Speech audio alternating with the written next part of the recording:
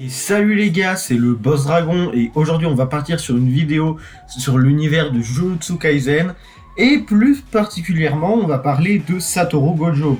Satoru Gojo est l'un des personnages les, les plus puissants des mangas New Gen, c'est-à-dire par exemple Demon Slayer, Attaque des Titans, etc.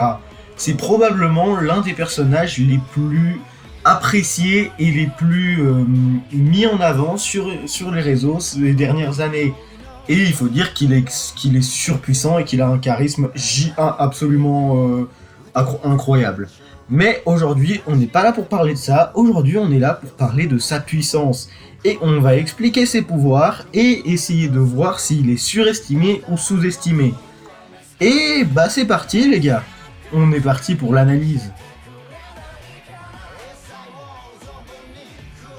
Donc on va passer en revue toutes les facultés de Gojo et voir s'il est vraiment surestimé ou alors sous-estimé.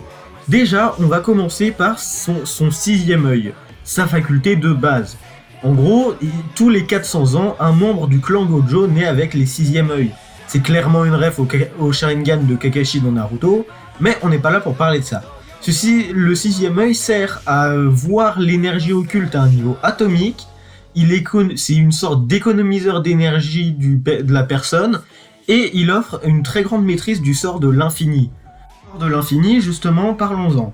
Il est adapté d'un très vieux paradoxe qui s'appelle le paradoxe d'Achille et la tortue.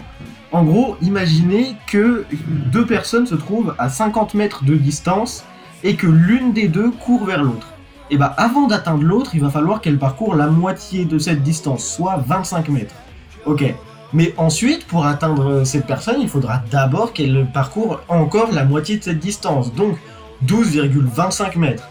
Et ainsi de suite, il faudra encore qu'elle parcourt la moitié, donc cette fois 6,125. Et ainsi de suite, et ainsi de suite, et du coup, il ne pourra jamais atteindre l'autre personne. Et bah, Gojo, lui, met ce paradoxe en pratique. Personne ne peut le toucher. Sauf cas extrêmement particulier, car en fait l'infini sépare les Gojo de son adversaire. Et donc, à moins que l'adversaire ait une attaque qui peut et une attaque qui va à l'infini, comme par exemple apparemment Sukuna qui peut trancher l'infini, étant donné que il l'a touché, et il ne pourra jamais l'atteindre, sauf s'il utilise une extension de territoire qui rend les attaques inesquivables. Enfin bref, mais ça, ce ne sont que les capacités que Gojo possède tout le temps. Ses capacités, on va dire, basiques. Il a aussi d'autres facultés, par exemple le rouge et le bleu. Il s'agit de ces deux facultés principales, on va dire. Le bleu, c'est très simple. Il peut attirer toutes les choses à lui et les fait disparaître. C'est un peu une sorte de mini trou noir, si on veut. Il peut faire disparaître des trucs de la taille de maison ou immeuble, mais il faut que ce soit à une certaine distance. Le rouge, quant à lui, c'est l'inverse. Il répulse, il rejette tout. Il rejette ce que Gojo veut qu'il rejette. Donc, par exemple, les ennemis. Il les renvoie plus loin. Et ensuite, Gojo a aussi une autre faculté. En mélangeant le bleu et le rouge, il parvient à créer le violet. Le violet, lui, c'est vraiment un sort, comme il le dit, imaginaire, parce qu'il ne devrait pas exister. En gros, le violet, c'est une espèce de boule violette que Gojo va lancer et qui va juste détruire, annihiler tout ce qu'elle touche. C'est vraiment très cheaté et de ce qu'on sait, de ce que je sais, je suis pas forcément le plus grand connaisseur de JJK, mais c'est impossible d'y résister. Il faut l'esquiver. Mais ce n'est pas tout. Gojo a encore une autre capacité. Il s'agit de sa faculté la plus puissante, son extension du territoire. En gros, Gojo est capable de capturer quelqu'un dans son extension de territoire, et si cette personne entre dans cette extension, Gojo va lui mettre la main sur la tête, et une quantité d'informations gigantesques va entrer dans la tête de cette personne, une quantité telle qu'elle ne pourra pas bouger.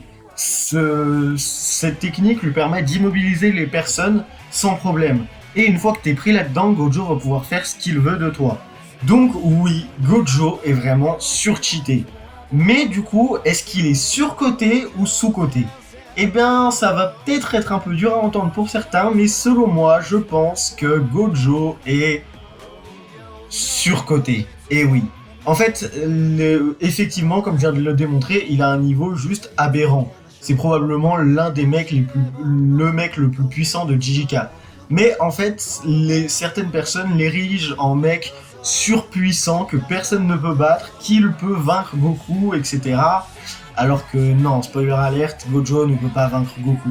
D'ailleurs, dans son univers même, à savoir JJK, où il est normalement censé être le plus puissant, deux personnes ont réussi à le dominer. Pas forcément pour très longtemps, mais quand même. Toji et Sukuna. Et oui, c'est quand même deux des personnes les plus puissantes de son œuvre, mais ça nous montre bien que Gojo n'est pas invincible. Et contre Goku, non, il n'aurait aucune chance. Sa seule chance serait d'utiliser son sort de l'infini, mais si Goku se téléporte jusqu'à lui, techniquement, la téléportation de Goku n'a jamais été dit que la distance soit un obstacle. Il faut juste qu'il sente les auras. Et comme Gojo se tiendra juste devant lui, normalement, c'est à voir la logique, mais je pense que Goku pourrait tout de même se téléporter sur lui. Et une fois qu'il l'a touché, laisser tomber. Il va lui kamehameha sa tête et ce sera fini. Donc oui, selon moi, Satoru Gojo est surestimé. Mais ça n'empêche qu'il est redoutable. Enfin bref les gars, c'était le Boss Dragon. Salut.